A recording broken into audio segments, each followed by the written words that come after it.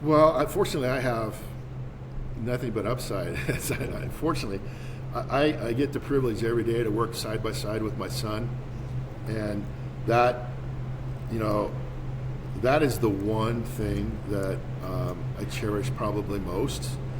It's awesome to own your own business. It's awesome to see that you've created a success, but when you're able to, shoulder to shoulder, work with your son, it's pretty cool. Like, I highly recommend it if you can.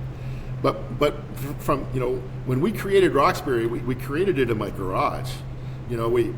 I told my wife we're not gonna park our cars in the garage for a while. And we basically built a juice bar in the garage, and we would invite all our friends and neighbors over, and we would have these smoothie parties where we would come up with all these different concoctions, and we had little slips of paper that said, I like this, I don't like that, here's a suggestion.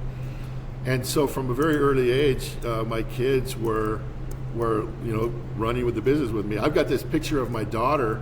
I think she's 12 years old, and she's got a Roxberry hat and a Roxberry uniform on, and she was running the cash register like 12 years old. So they grew up in that environment, very entrepreneurial environment, and it taught them leadership skills, and it taught them skills to interact with their coworkers, and it taught them skills to interact with customers, some of which aren't happy all the time if they're not getting their product as timely as they want. Or if heaven forbid, we made a mistake, then they're screaming at my 12-year-old or my 14-year-old son.